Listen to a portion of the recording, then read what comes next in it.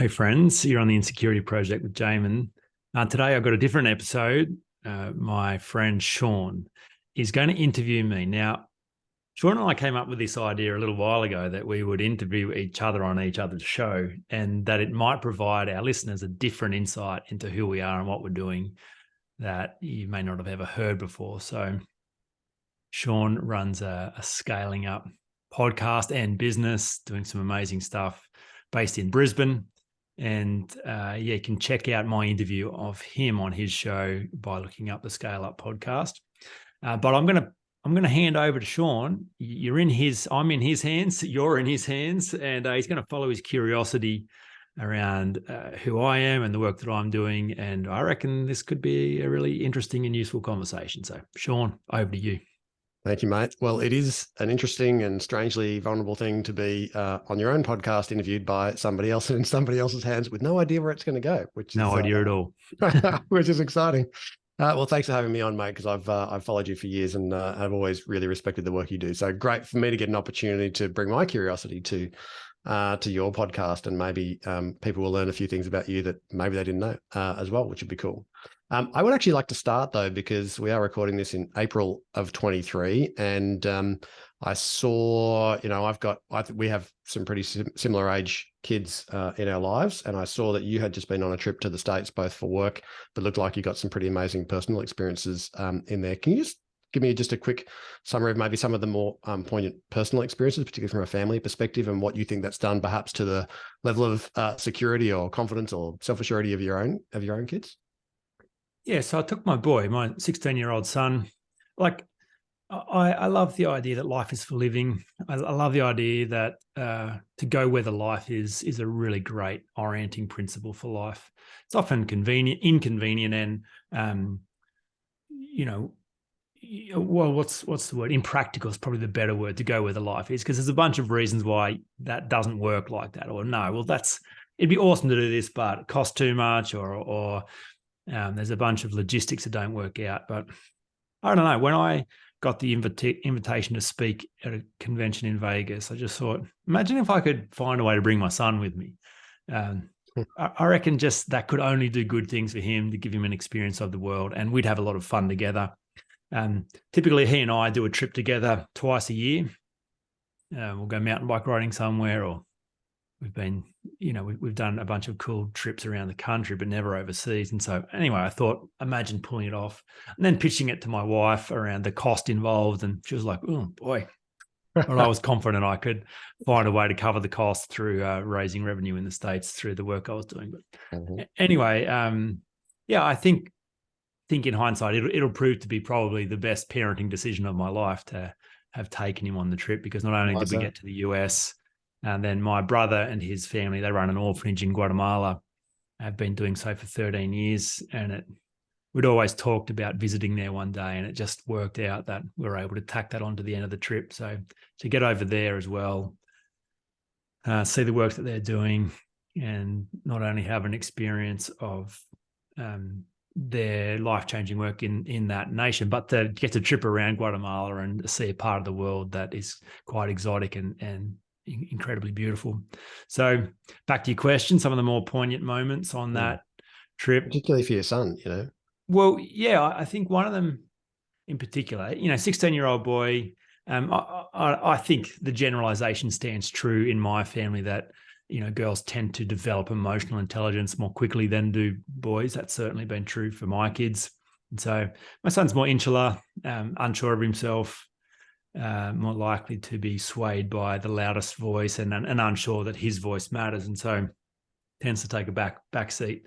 And one of the things he found most surprising around the interactions we had with people in the US was how friendly they were. And he just was amazed. Like, we met some amazing people just in the line for restaurants, or while waiting to get on the Ferris wheel at Atlanta, or different parts of we went on a bus tour to the Grand Canyon, and you just meet people and strike up a conversation. And so he was astounded about how friendly people were.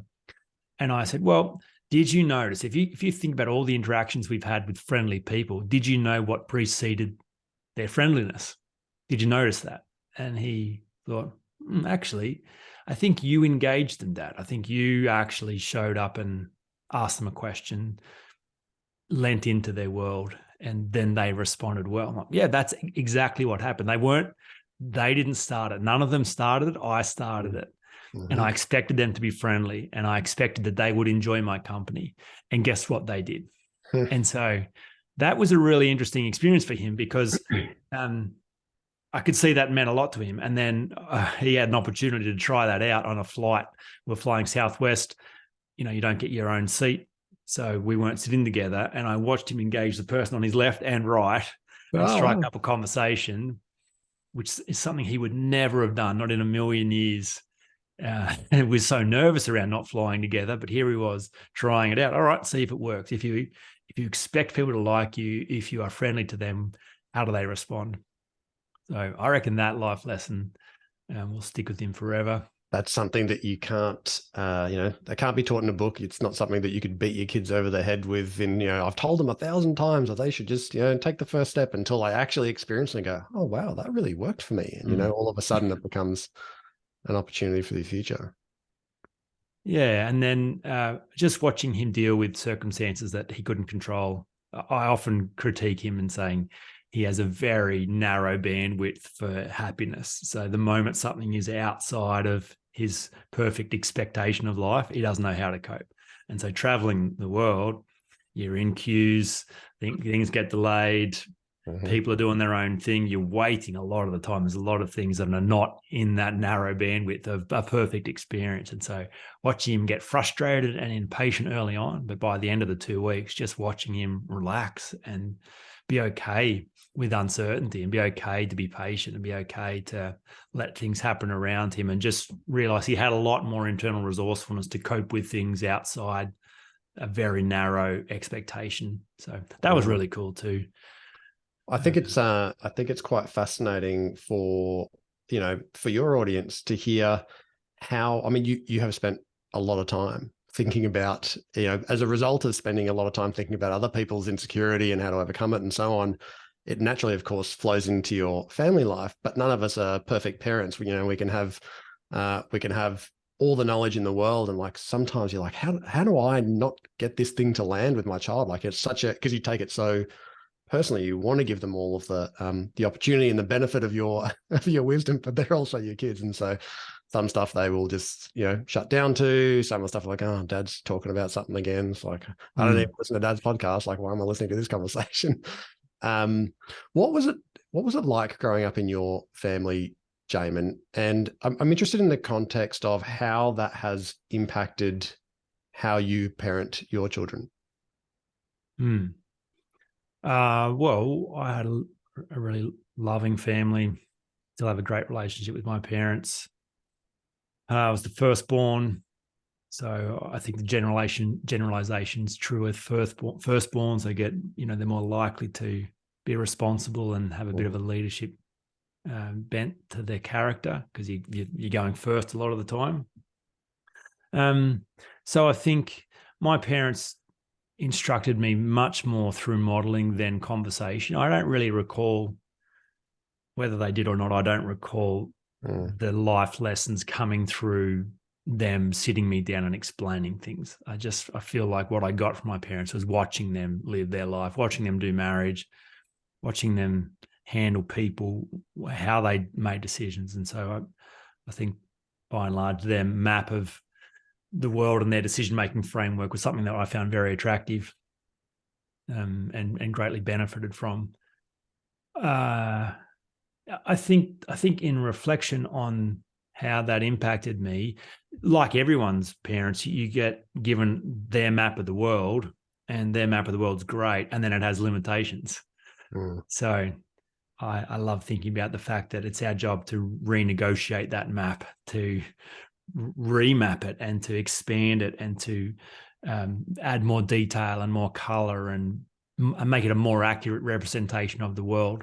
And so therefore to go beyond them, to stand on their shoulders and do things they could never have done, whether they understand it or not. Yeah. So I've had a few challenging experiences with my parents where they've not understood the direction I've taken, and they felt unsettled about that, or unsure about what I'm doing. And I've always felt really relaxed to go beyond them and just saying, that's of course what you'd want me to do.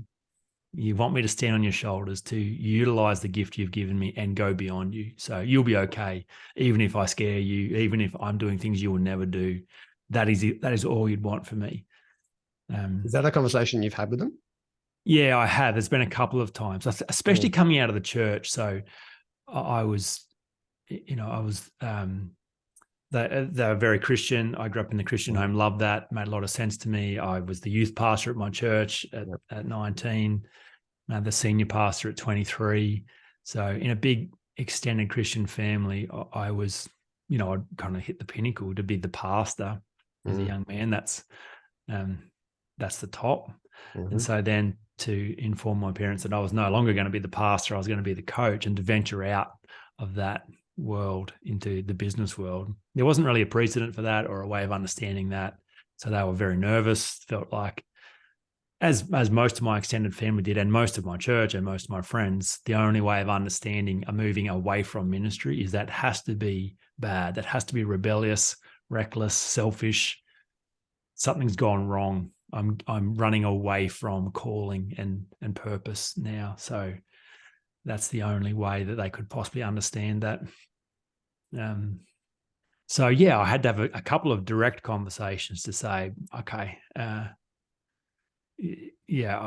I'm actually really comfortable with who I am, and I'm still the same person with the same passions. This is bigger and better than it's ever been, and I feel more aligned to mission and calling and purpose than ever before. And yeah, it looks very different.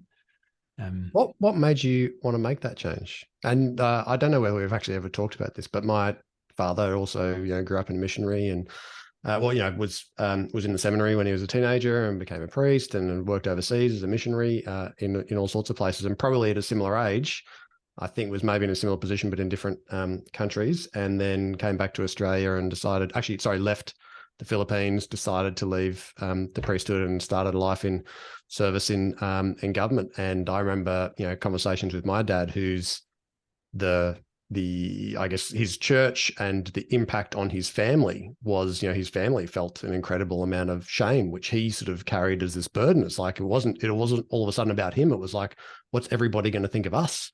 As you said, it was sort of unprecedented. No one had really done it before or kind of walked that path, but he felt very sure that it was the right path for him. What made you, was there a turning point? Was there a significant event? What preceded your decision to go, this is time for me to go and to choose this new path? There's probably a few things. I'm naturally a very, very pragmatic and curious person. I'm a very wholehearted person. So things have to I have to be 100% committed to something in order to be able to do it. The moment something doesn't make sense to me, the moment something isn't right in the pocket and to allow me wholeheartedness, I can't do it. I just cannot be engaged if I lose heart for something. I cannot play lip service to a bunch of rules that I don't believe in. So I think that's a dangerous mix inside an institution, because eventually I'm on my way out. I'm going to ask too many questions at some point. I'm going to be too curious. I'm going to go, why do we have to do it like that? We've always done it like that. Yeah, but do we have to do it like that? Yeah, there's some problems. So I think one good question leads to two good questions lead to five, and before you know it, you are on a path of deconstructing your map of the world. So I never imagined in a million years that it would be possible for me to be anything other than a pastor for most of my 20s and early 30s. I just thought, this is me. This is what I was born to do. The sense of wholeheartedness. And yet, I think probably I got exposed to a bunch of really beautiful books that just helped me think through some stuff that I found troubling around the church setup, and helped me go, well, here's the thing, Jaemin, you were born into a very narrow experience of faith, and it made sense to you and you loved it. But you can't imagine that's actually the whole picture. What if you were born into a Muslim home and your parents loved the Quran and felt, the religion of Islam answered all their questions? You probably would have loved that just as much, but it happened that you got born here with these parents, with this map of the world, and you loved that. So But could you imagine it might not describe the whole picture. It might not be the complete map. And so just some beautiful books that have made me be more open and humble and aware of the fact that I couldn't possibly be understanding the whole picture. And then a mentor of mine I invited to run a spiritual retreat for our church community, and he brought some coaching frameworks and modalities to that to help us do some personal development in the experience of spiritual development. And I was gobsmacked. I'd always felt troubled that the tendency of people in my church and largely within the Christian world was to outsource responsibility for change onto God.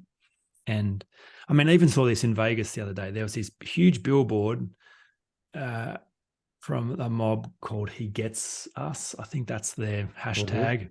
And the thing said, Jesus did not want us to think like adults. And the hashtag was be like a child. And so this idea that childlike faith is the pinnacle of spirituality is just pure acceptance, no question. It's been figured out for you. It's trust and obey. It's don't lean onto your own thinking, just do what you're told. That's the safest place. You don't know how to do things. So a good child to parent relationship is built on trust and obey. And that's seen as the pinnacle of spirituality, which, there's a case for why that is good, but to think through that, it's very problematic. Works well for institutions and organizations, because if you're going to be a child, you won't question. Or if you do question and the answer is just because this is how it is, well, you're a child, so how are you supposed to think any better than that? But I think it's very destructive for the human being and the human psyche to remain a child. I think we're supposed to grow up and be adults, and that means thinking and using our brain and taking responsibility. So I'd always found it hard growing up that the idea for change was always put onto God. If I pray, if I believe, if I have faith, if I trust and obey, God will magically, mysteriously take care of all the mess in my life and I'll be okay. The idea of me contributing, participating, taking responsibility was always seen as too secular or outside the realms of faith. And I'd always been troubled by that. That just didn't make any sense to me. And so then when I got introduced to some coaching frameworks, which was all about awareness and responsibility and choice and just understanding the wonder of what it meant to be a functional human being and realizing, the two greatest gifts we've been given as humans is choice and responsibility. But most people want to give them back and live with the illusion of no choice and blame and excuse instead. So that changed me. That seeing those models was like, this is a missing technology.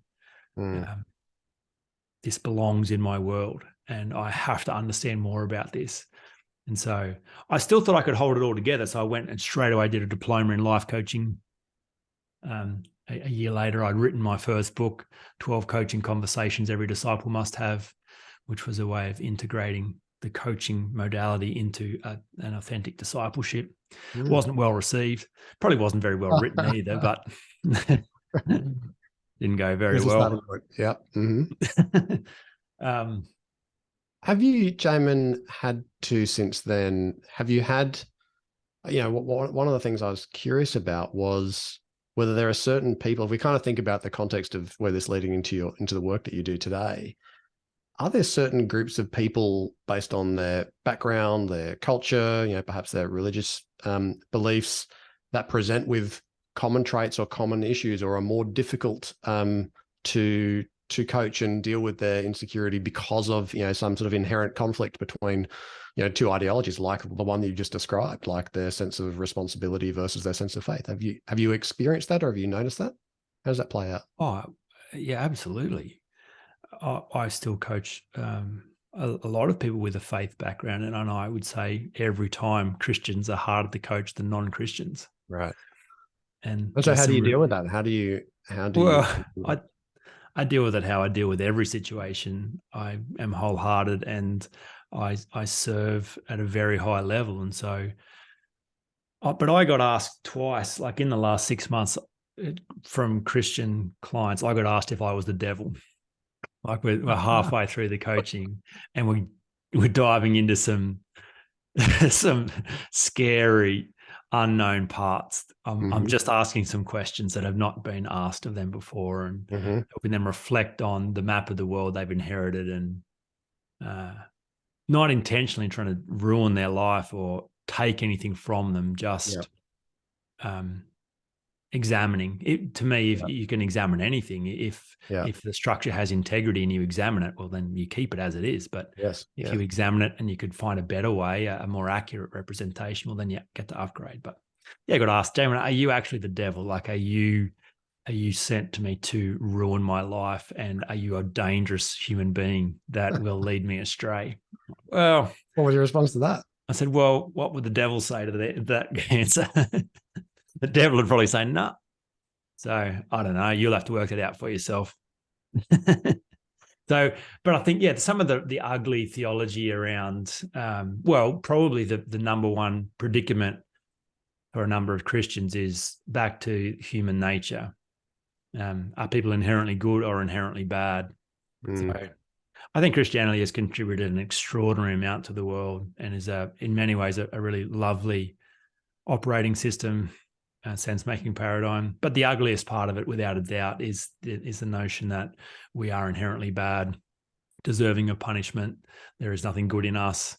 So the sooner we surrender our humanity and completely trust in a divine being to run our lives for us, that's the safest way we could possibly live. That's a tragedy in my mind, Mm. and works directly against the coaching ideology of responsibility and choice. Because if I'm inherently bad, how could I ever trust myself to know what's right or wrong? Mm. I love this. I love the context. I remember when I first learned about neuro-linguistic programming, which, it was probably back in the, I don't know, it must have been like mid-90s or something. And this concept was presented to me, which was that, all of your beliefs are essentially convenient assumptions, none of which are true, and none of which, in every single circumstance, there is somebody else who believes exactly the opposite and can find just as many examples as to why their belief is true and yours is incorrect, and vice versa. And so actually, it's not about the belief, and it's not about whether it's right or wrong. It's actually just about, does it work for you? If you think about the study of consequences and you think about all the possible impacts, if I was to adopt that belief, what's the impact, in terms of positive or negative consequences for me, for the people I care about, for the world, for my community, for my friends, so on and so on. And that actually you get to choose. Like, they're just a convenient set of assumptions that at some point you've adopted, whether it's consciously or unconsciously. And so why not take a step back into using your language, kind of examine it and hold it up under the light and go, do I like this? Does it serve me? Is it helpful for me? Or actually, maybe is there an alternative way of thinking about the world that might build a map that actually I enjoy the outcomes of more, and perhaps has broader, more positive consequences? Yeah, I remember the day I kind of encountered that line of thinking too, as part of my coach training, and it floored me. Yeah. And I resisted it early on. Oh yeah, that's beautiful. Well, except, for absolute truth and the truth about God. And, obviously that doesn't, that's solid. That's not included. Yeah. But then just to go, hang on a minute, everything, nothing has meaning except the meaning you give it. Hang on a minute. Yeah. It just knocked me for Just six. unpacking my world, Oh throwing boy, it oh all up in boy. the air. Mhm. Where do I want this to land? Yeah. I might ask you some questions, Jaemin, about, because I'm really interested in your sort of set of beliefs and philosophies and how they impact the world that you think about in terms of, and the work that you do around insecurity, but also where some of the boundaries lie. Like, I've heard people say things like, well, self-doubt, can create a lot of positive, a lot of positive movement away from stuff. Like, being scared of stuff is natural, and, being afraid of things can really force us to, prepare and to get ready and so on. So is there such a thing as healthy self-doubt versus destructive insecurity? Like, is there like a pendulum somewhere here where there's like a line that you cross over and all of a sudden you've moved from, I know there's like positive consequences versus negative. Can you talk to me about that? I think there really is. I like to think of self-doubt as just the accurate indicator of the limit of my skill or experience. So, Ooh. What's an example of that? sorry, What would be an example of that? well, so like, uh, if I went rock climbing today and had to scale a cliff free climbing, And, there are plenty of people that can free climb. If I didn't have some severe self-doubt about my ability to safely navigate that mountain without the aid of ropes, then I would be a crazy person. So now so that doesn't make me a bad person if I doubt that my ability to get up that mountain, and I get to decide, is this a goal that I would love to pursue? And if it is, then there's some work to do. There's some skill to upgrade. So I could come back in 5 years as my goal stayed. One day I'll have developed enough skill and confidence to be able to scale this mountain without ropes confidently. So yeah, as opposed to, I have a message to share to the world, but I'm afraid, I doubt that anyone would ever receive it from me, and that I am worthy of sharing that message. Like that's a disaster. That's of no value. That's a tragedy for you and the world. So that has to be eradicated completely. But yeah, the first time I would love one day to get up in front of a room and be able to hold them in my hands and craft a message that inspire them and move them. And I've never done that before. If you didn't feel self-doubt around your capacity to do that, you're delusional. So learn some skills, understand the science of public speaking, understand what you would need to do, develop your craft so that you could do that effectively. The fact that you can't do it today, on your first attempt, does not make you a bad person. That self-doubt, lovely, useful, instructive. Does that make sense? Yeah. And then if you then get to the point where you've gone and done all that work, and then you still get to the point where you can't get on stage, that's maybe a different matter. Like, okay, well, you've now got the skill set. You've got the resources. Now you may not have the experience yet, but you are prepared enough. Like when is enough going to be enough? Like at what point do you step off that precipice and take some risk and put yourself in that sort of cognitive dissonance, that space between, what's comfortable and what's uncomfortable, but maybe not all the way into petrifying fear because actually the risk is so great, or you're so concerned about, that there's the growth in that sort of gray zone, right? Well, there is. And I can remember the first time I thought about, when I started my coaching business and I'm working with some pretty cool people. And then I thought about what would be my ambition, who would I like to work with? And it was always, I'd love to be able to coach people who are making a difference in the world. So the influencers, the decision makers, the leaders. And the first time I thought about that, it really terrified me because I'm like, well, I don't really know how to do that. But I remember the first time in my mind, I thought, you could literally put me in the room with any single human on the face of the earth, any world leader, any elite sports person, any captain of industry. And I'm looking at my own self and going, there's not a skerrick of doubt in my mind that I could serve that person. So even though I've not done that before, I have not coached that level of human being, I've not been in that room. Yeah, put me in that room straight away and I'm relaxed and present and able to serve them wholeheartedly. So that was a really beautiful bit of self-reflection, going, okay, that's. But if you'd believed that on day one after you just had the lights turned on for coaching and gone, coaching's amazing, I need to start coaching, Nelson Mandela, or like I've got a lot. Would you have felt like, okay, maybe that's delusional, of course, 100% delusional, dangerous, and going to end in tears for you and Nelson. So you mentioned something that you said before was a word that you used was eradicated completely. What is your philosophy on the what's the right word? The permanency, the cure to insecurity. Is it something that once if you're stuck, you're facing a lot of it. I've come and seen Jaemin and it's really, unblocked, got to change my perspective. I've got new tools. I've got new strategies. Is there a point where you notice that people feel like it's something they never have to think about again, they don't deal with again, or does it become a ongoing, maintenance, conscious effort? Like how sort of, in inverted commas, permanent, curable is insecurity in the way that you think about it? Yeah, the aim is to be completely unhindered by doubt, fear, insecurity, limiting beliefs in your current level of growth. So to be able to show up here, present and unguarded, nothing to prove, nothing to defend. When you do that, though, invariably your life expands and you go beyond what you've ever gone before, and therefore you will bang your head on the next level of limiting belief. And a more subtle and nuanced form of story that says I'm this good but not that good. I could work with these people but not those people. I could earn this amount of money but not that amount of money. And so the same 7 practices that eradicated that last insecurity at that level of growth will be the same 7 practices that eradicated it again at this level. So I love Ray Dalio's book, Principles, and particular his language around, it's just another one of those.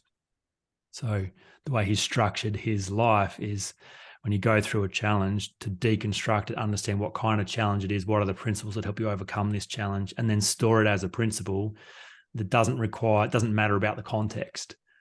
So when you face another one of those, even though it's a slightly different circumstance, it's a similar challenge.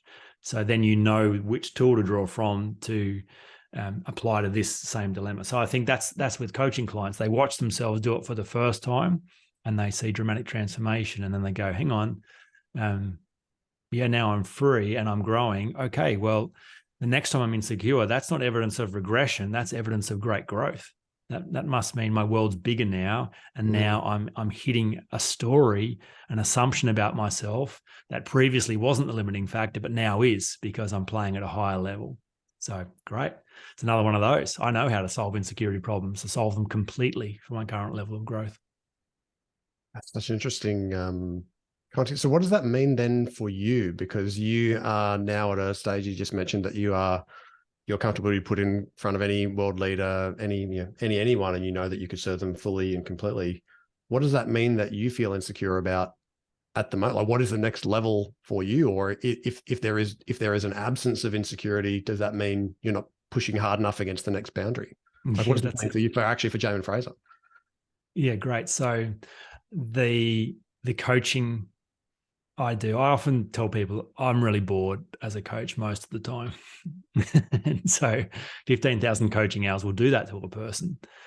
And so people come to me feeling like their problem's really special and unique, and it never is. And so I just draw them out of their story into process. And so I just would find it very, impossible to feel inadequate around my ability to serve anyone on the planet right now. I just couldn't think of a scenario where someone goes, oh, wow, and now I'm questioning whether I'm enough as a coach to be able to serve that. But coaching is only one of the things that I'm doing. So I love to think of myself as a writer. That's the central organizing principle. And that's a relatively new development for me. That's probably only 2 years old, that distinction. I'm a writer, and off the back of my writing, I speak about what I write, and then I get to coach the principles that I've written about. So coaching is the thing I've developed most. I have the most skill in, the most experience in. But writing and speaking are things that I love, but have far less experience and perhaps less skill in. And so that would be the area that I'm pushing the most, that I'm exploring new horizons in. I'm writing my first novel. So I've never done that before. In my mind, I feel like I've got a story to tell, and I'm learning the skill of storytelling to write a good novel. But there's, in the process of that, there's limiting thinking. It's like, well, you don't know how to do this, Jaemin. So are you sure that you have what it takes? And the ability to be on large stages at conferences and conventions, and to be in the room with key people. I've had limited experience of that. I've had some great experiences, but in terms of what I think I'm capable of, or what I'd love to have happen, there's far more to come. So they would be the areas where I'm constantly navigating the assumptions I've made about who I am and what I can have and the level I can play at. If we were to go out, but there's obviously going to be a period of growth in which you're developing that skill and building those experiences and building that confidence in that stage. What's beyond that? So after you feel like you've got to the stage with your writing and your speaking that you're at now with your coaching, what do you think's going to come after that? Well, I am a global citizen. I feel deeply compelled to contribute to the world's most significant and important problems. So beyond that, it's being in the room with the people charged with sorting climate change issues and global economic inequality, and the dilemma of huge cities and how those cities are sustainable with with finding energy and housing and food for a growing and aging population. That's where I'm playing, and that's the only place I'm heading is that kind of work in the world. I love that. That's amazing. It feels like, therefore, there's just a really long period of constant insecurity ahead of you, but in a way that you look forward to, because as you said, every single one of them is about what is my current level of growth, and therefore, if I'm actually not feeling any tension, then I'm not growing. Exactly right. Yeah. I always, somebody said to me a long time ago that there is no neutral. Like, there's only sort of forward and backward. Like, for example, in the context of relationships, every interaction either takes that relationship forward or it takes it backward. It doesn't stay the same. There is no same. It's same is backwards, because it should be going forwards. Well, I agree. I think the law of entropy would prove that that's true. Every system is decaying unless you re-energize it, put energy back in. So you can't. There is no status. There's not anything. Nothing's staying the same. If it's staying the same, it's deteriorating. So yeah, absolutely. Can I ask you, I mean, you've had so many coaching hours around insecurity. I'm really interested in some of the challenges and the limits and the boundaries of that. Have you ever had a client, present whose issues were so, I don't know if this may not be a correlative statement, but whose issues were so deep and they were so resistant to change that they couldn't or they wouldn't change, and they stayed and held that map of the world tightly and just would not let it go? Of course. No, absolutely. Yeah. It's most humans will not navigate their way out of the map they created for themselves when they were children.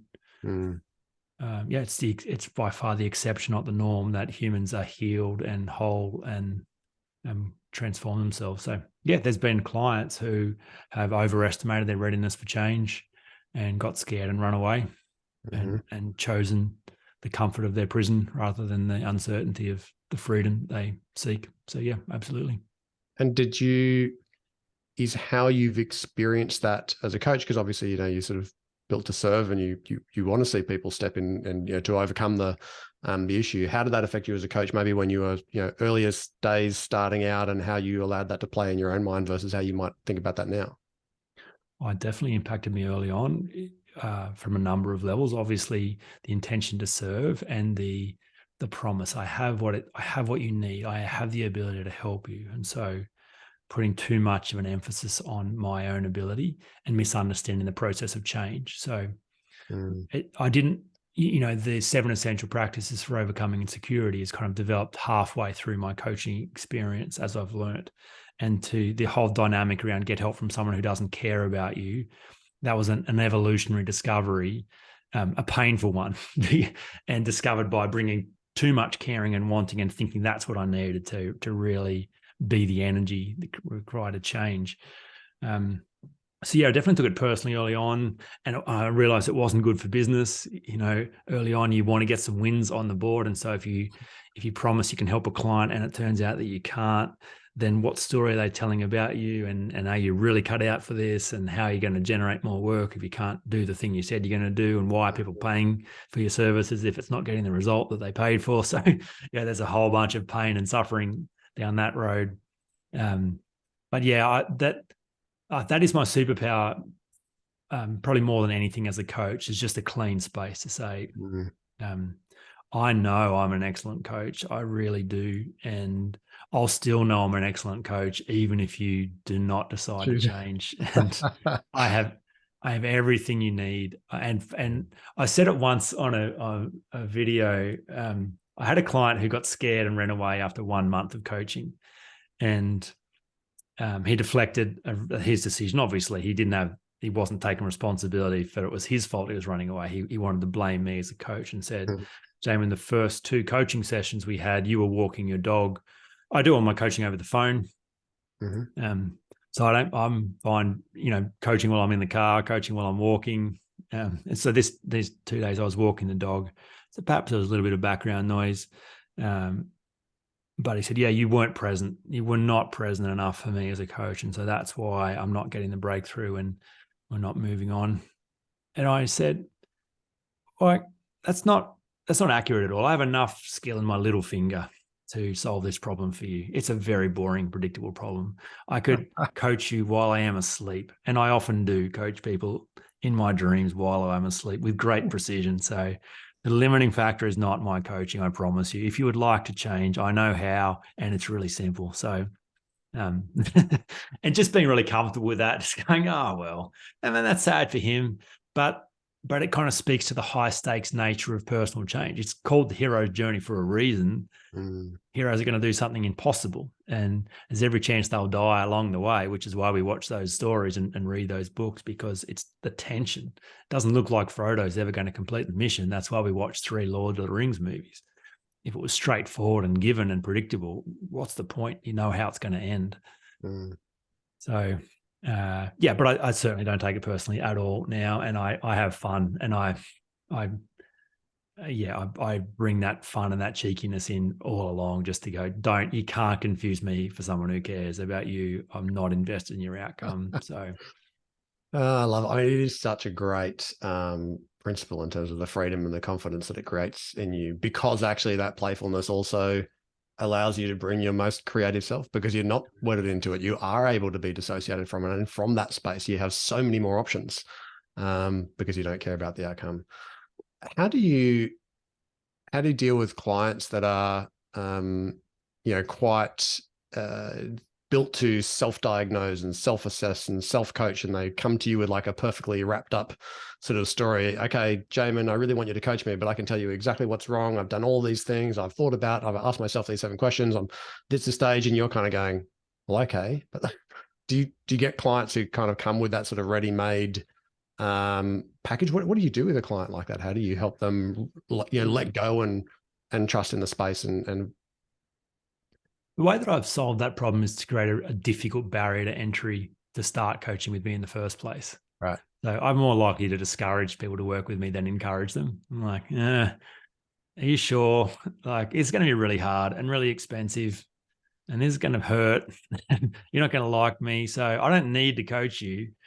So it sounds like you're fine on your own. You say, yeah, but that would be my approach. That someone goes, no, actually, Jaemin, I know that I need you. Then, okay, well, then why would you be banging on about your strategy? Because clearly that hasn't worked for you. So let's not talk about that ever again. And just set the rules from the start.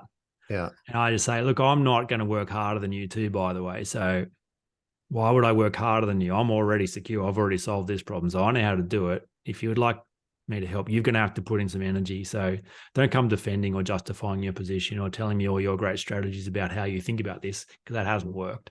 Yeah. Otherwise we wouldn't be in this conversation. Yeah. Just push it really hard from the start. If I don't have leverage, I've got nothing. So yeah, change is freaking hard. Yeah. Most people will never find a way to change. So I have to create maximum leverage from the very start. And I do that by creating a high barrier to entry to work with me, so that when people come, they're like, all right, I'm in. Yep. My resistance has been worn down already. Let's do the thing that I've never been able to do, that I know I need to do. Hit me between the eyes. Let's go hard and fast and deep. Cool. Well, let's have some fun. I remember hearing Tony Robbins a long time ago say that, real change always happens in an instant. It's all the the preceding hoo-ha that takes us forever to kind of get to the point. And almost, it's almost like, well, whatever the modality is, it could be just a decision that you made, or a terrible incident, or you've got a coaching session, or you've been to hypnotherapy, or whatever it happens to be. But the actual change is super quick. And is that your experience, or how do you think about the actual change? Absolutely, every single time. I love that idea. If Tony created that, I apologize that I haven't given him enough credit for it. I thought it predated him, but yeah, the idea that change may take a long time coming, but it happens in a moment. That is my experience every single time. Mm-hmm. And I think it speaks to the binary nature of our experience of life too. So when it comes to insecurity is built on an assumption that you made when you were a child. So it's a work of fiction that you've been living as though it's fact. So to solve it requires you to go back and review the data and observe whether your assumptions about your nature were correct as a child. So they're either going to be correct or they're going to be false. They can't be both. So that has implications, severe implications, instant implications. You go back and turn all the lights on, look under every cover, in every corner, in every nook and cranny for this terrible part of your nature. And that means you deserve to be ashamed and feel guilty and that you're not worthy and you can't find it. It's not there. Well, in that moment, you get to go free. Or if you go and turn all the lights on and discover, oh, it's true. Yeah, I am a piece of shit. I was right. I'm no good. Cool. Well, then you die, like right then and there. It's the end. So, yeah, there's an instant implication for doing this work. But I like to think of. No, so go. You get current. Well, I think about that in terms of trust as well, restored trust, primarily with ourselves, but also with other people. The old adage, it takes time to rebuild trust, is a complete misunderstanding of the process. We don't trust people because they're dangerous. And they're dangerous because of an unresolved experience. And we assume because it's unresolved, it can happen again. So it makes sense to be guarded.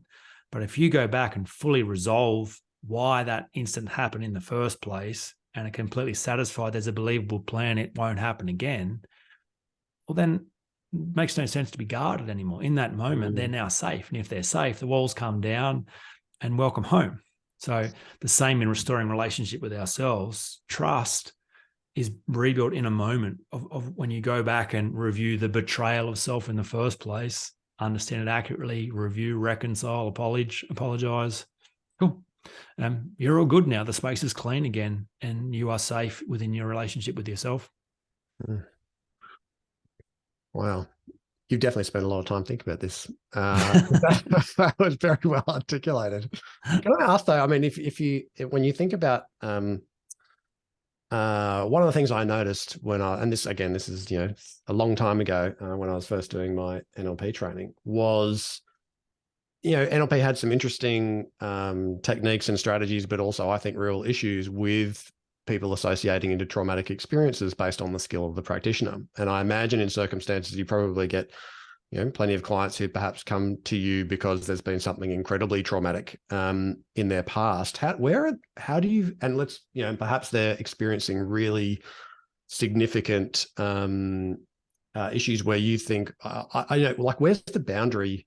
Where do you find the boundary, or how do you think about if there's, significant traumatic experiences? Like, is there a time where you go, actually, it's not me that you need, it's a psychiatrist, you need some medication plus some cognitive kind of work? Like, how do you think about where the boundaries are for you if you get clients who are in really difficult experiences or finding it difficult to get through them? My only boundary is if a client's in survival mode. So their level of consciousness is completely consumed with how do I not die? So they're so caught up in their traumatic experience of life right now that there's literally no room for rational thinking and questioning. They don't have any margins. So that is not a person I would coach, not ever. There's just no value. But if a person's not in survival mode, they can function as a human being. They got some margins, there's some safety in their world, then there is nothing that I wouldn't touch, not ever. Because what my certainty is that their trauma is stuck in a place of misdirection, and that's why it is so painful. And whenever it's in this place of misdirection where they are not sure about where the action took place, or in fact they are sure about where the action took place, but it's not where the action actually took place, and because they've got it stored there in their psyche, they are powerless to do anything other than suppress it or relive it or be continually taunted by it. So yeah, I get invited into all kinds of very difficult experiences. And to be honest, they're all difficult experiences. Like every single human has an existential crisis at some point in their life, whether it classifies as typical abuse or trauma or not, it's still traumatic.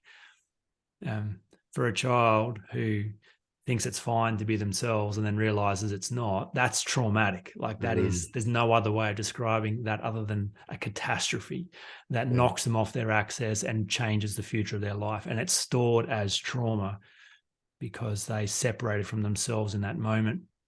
So yeah, I give me whatever, there's nothing that I wouldn't touch other than if you're in survival and you can't have the ability to think clearly about it. Thanks for sharing that. It was always something I was curious about. On the opposite end of the spectrum, I imagine as you've been going through building these 15,000 hours, there's times where you've probably had to take a whole bunch of creative and unconventional approaches, things that you'd never really thought of before, where you're like, wow, I really got to think about this differently. What can you share a time where you've had to really kind of experiment in real time, or what's the most sort of unconventional or creative approach you've had to take to helping a client, kind of unstick where they might have been at? Yeah. Okay. So two that stick in my mind, and probably in the last couple of years that it's always fun experience hearing myself say something I've never said before in a coaching setting, because it happens less and less. But two that stick out in my mind was the first time I identified the student trap. So I'm coaching a client. We're talking about some pretty traumatic stuff. We're going back into the past, reviewing the data, and the stuff that I'm saying is being met with the language and the patterning of a student. So we're talking big stuff, and his response is, okay, oh, yes, no, that's good. Yes, that makes sense. Okay, all right. I'm like, you're like, something strange about that response. It's the response. An appropriate response will be far more dramatic, one way or the other. There'll be either a high level of resistance, offense, upset, or a profound awakening that changes everything. Just this middle, good, yes, like, oh, wow. That sounds like what a student would do if they think that the aim of the game is to learn content and understand the content and repeat the content. And I thought, hang on, but the best student doesn't naturally automatically transition into a practitioner. I've got friends who are lifelong students and have never done anything with what they've learned, and it's hiding in plain sight because they're committed to the learning process and diving into that stuff, but they're insulated themselves from ever taking action. So all I did was just reflect that back to that client and just said, did you notice what I said and how you responded? And can you see the mismatch? If you were just to zoom out from that a moment and watch somebody else hear this for the very first time, and you watch them respond in a really plastic, kind of middle of the road way, what would you assume is going on? So that I use that frequently, because that's a common place people get stuck in the student trap. They all of a sudden get scared and unconsciously divert into, so now this is about learning knowledge. So I'll now be a student. I'll get it right. There's a right answer and a wrong answer. I'll just write all this down. I'll think about this some other time.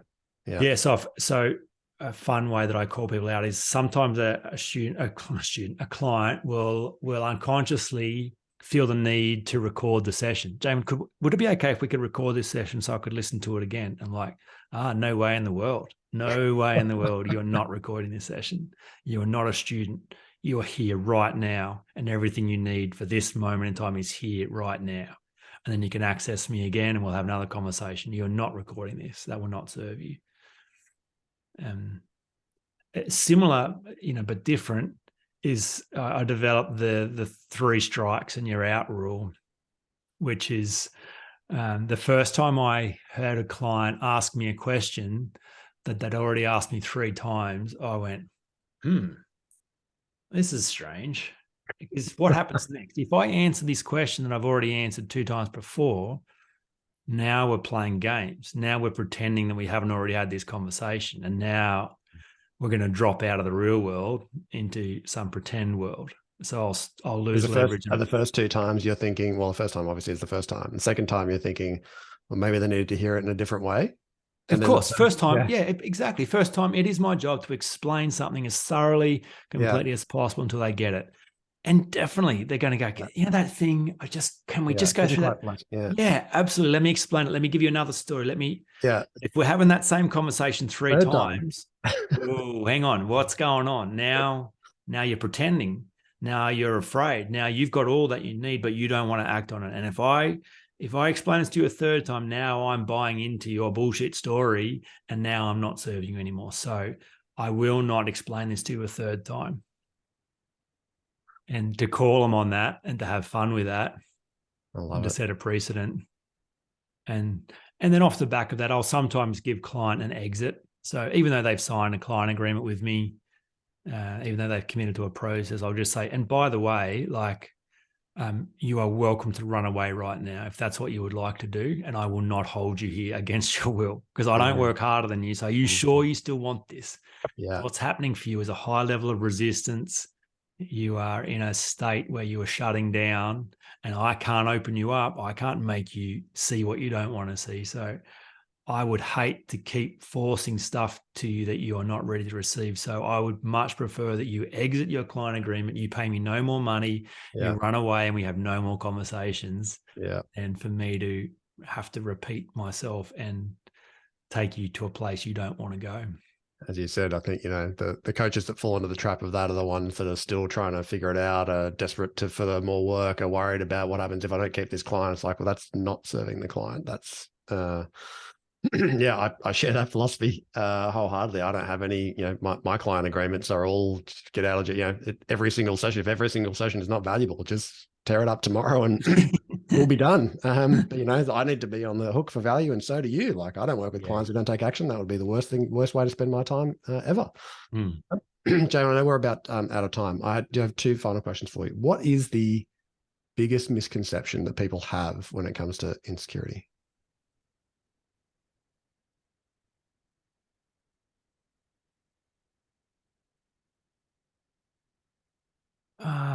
It still would be that it's not solvable, that it's just part of the human experience, that we're broken, we're wounded.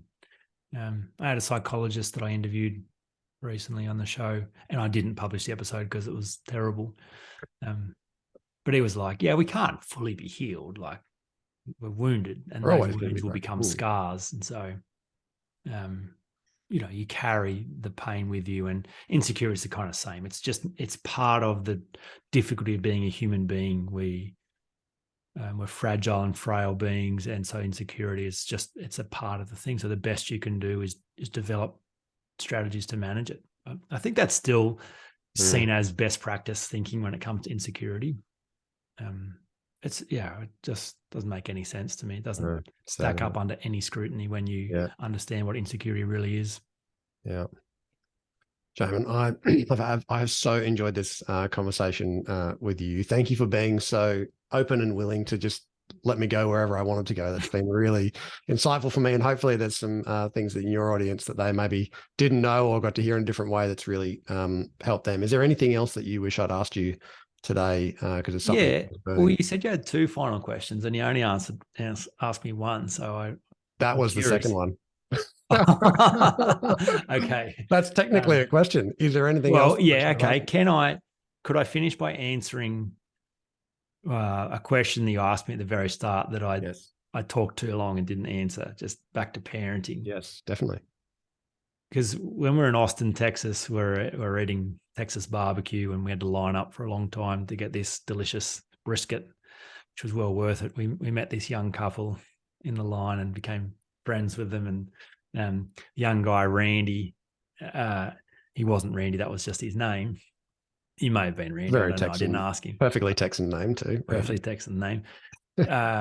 When he found out I'm a personal development author and this is my life, he had pumped me full of questions and was so fascinated and bought my book straight away online. And then he turned to Elliot. It's like, wow, it must be incredible having this guy as your dad. And, what's the most incredible life lesson he's ever taught you? And Elliot's like, I don't know, actually. Like, nothing I can think of. And I knew that's what he would say, and I loved that that's what he said. And I loved watching myself in that situation just go, I don't own this boy. He's gifted into my world. I may get to be useful to him. I think I will be useful to him. I think the net effect of my parenting will be really good. I think he'll be really glad that I was his dad. But my sense of self is not tied to whether he understands anything I say, or I actually don't need him to validate me as a dad. And so that is how I think about parenting. I think, I've got him for a short time. I don't own him and he's not tied to me, and we get to have some fun together, but I don't know how it'll turn out. I don't know how he will turn out. He's got his whole choices. And my best chance of being useful to him is to not need him to be a certain way. I think I'll already be very difficult. I think I'll create some really big challenges for him just because of the level that I operate and the intensity that I bring and the wholeheartedness and how much I've developed my character and the level of my consciousness. It's very different from him. Like it's another stratosphere. Like we rarely are having conversations about the same thing in the same way. And I feel that'll be difficult for him to kind of go, wow, dad's here and I'm here. And could I ever be there? And maybe that'll create a bunch of insecurity for him. So I think my best chance for him is to kind of just turn it down a bit and to just to be his dad and not get it perfect and not be right all the time, not dominate him with the strength of my wisdom or my character. And I don't know if you've heard me talk about the perfect parent paradox, but I think the two greatest challenges, the two most difficult parents to break free from are the absent parent and the perfect parent. The parent that kind of half-asses their way through life is actually the parent most likely to allow their child to assume they could do it better. So the easiest parent to break free from, if we're going back to Freud's idea that breaking free from the nest is the single greatest challenge for every human being. Yeah. Geez, man, I needed to hear that at the moment. That's really, that's so good because I've got a 17-and-a-half-year-old. And so we are right in the center of the breaking free of the nest process and lots for me to think about. But I agree with you. And, the reality is he already knows that you have all those things. And so at some point when they become relevant at the time where he can hear it and he needs it and he can apply it straight away, like that's when that's when you're so excited as a parent that you've got that thing and that you can help them in that space. But that'd be like us all doing an MBA at the age of 17 with absolutely no way to apply any of it whatsoever. Like I remember doing a management degree at university and going, surely this is for like 40-year-olds. Like I'm not going to be doing any of this stuff at any point. And I don't remember any of it. As soon as I go out of that into like a call center job or something. It's like, well, it's a bit of a disconnect. It'll be relevant when it's relevant. It will.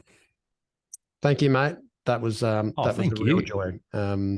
Anything you want to leave your audience with, or it seems like a good place to wrap it up there? Lovely place. Yeah, thank you. That was some really great questions. And I appreciate that space to get to share some of that stuff. So thank you. My pleasure. Thanks, Jaemin.